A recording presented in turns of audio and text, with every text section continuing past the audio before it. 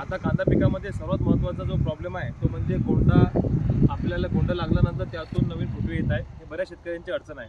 तीच अडचण जाणून घेण्यासाठी आज आम्ही भानखेडा तालुका सेनगाव शिवार भानखेडा येथील प्रगतशील शेतकरी अशोक भाऊ वाडेकर यांच्या शेतामध्ये आलेलो आहोत आणि अविनाश भाऊ कोरडे यांच्या शेतामध्ये आलेलो आहोत. दोघांचा साधारणतः 2.5 एकर टोळ कांद्याची लागवड आहे. यांची 2.5 एकर आहे, यांची 2.5 एकर आहे. शेतकरी हे खूप टेक्निकल शेती करत असतात, परंतु त्यांना हा जो प्रॉब्लेम आहे हा यावर्षी नवीन जाणवला, म्हणून त्यांनी मला कॉल केला आणि आपण शेतामध्ये आलेलो आहोत. तर आपण बघू शकतो की हे जे याचे गोंडे लागलेले आहेत त्यांच्यावरती नवीन फुटवे निघालेले आहेत. तर मित्रांनो, आपण मागच्या व्हिडिओमध्ये पण सांगितलं होतं की हे नायट्रोजनच्या जास्त वापरामुळे झालेला आहे, एक्सेस नायट्रोजनमुळे झालेला हा आजार आहे. सोबत जेव्हा वातावरणातील बदल होत असतो, म्हणजे सकाळी थंडी आणि नंतर उष्णता, त्यामुळे हा प्रॉब्लेम आपल्या कांदा पिकामध्ये जास्त जाणवत असतो. तर याच्यावरती उपाय काय? तर मित्रांनो, नायट्रोजन शून्य करायचं.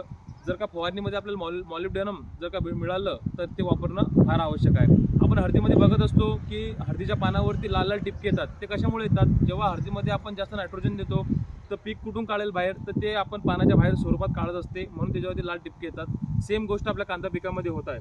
तर याच्यावरती आपल्याला आपल्या कांदा पिकामध्ये नायट्रोजन शून्य करायचे आहे. मग आपण काय करायचं? तर सुरुवातीला आपण कॅल्शियम ऑक्साईड फॉर्ममध्ये द्यायचा आहे, नायट्रेट फॉर्ममध्ये द्यायचा नाही. नायट्रेट म्हणजे नायट्रोजन आपण पिकाला परत देऊ म्हणून ते द्यायचं नाही. कॅल्शियम ऑक्साईड घ्यायचा आहे. सोबत त्यानंतर आपल्याला ड्रिपनी 0.34 हा एक जनरल ग्रेड आहे. त्याच्यातून चांगला ग्रेड जर का घ्यायचा असेल तर आपण वेल ॲग्रो कंपनीचे 0.37 घेऊ शकतो किंवा महापीठचं 0.40 हे घेऊ शकतो. याच्यावरती कंट्रोल तेव्हाच येईल.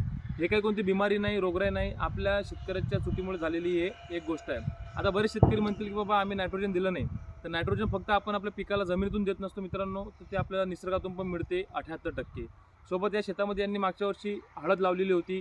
तेच खत या पिकाला अवेलेबल झालं, म्हणून हा यांच्या शेतामध्ये प्रॉब्लेम झालेला आहे. तुमच्या याच्यामध्ये असा प्रॉब्लेम असेल तर मला कमेंटमध्ये नक्की कळवा.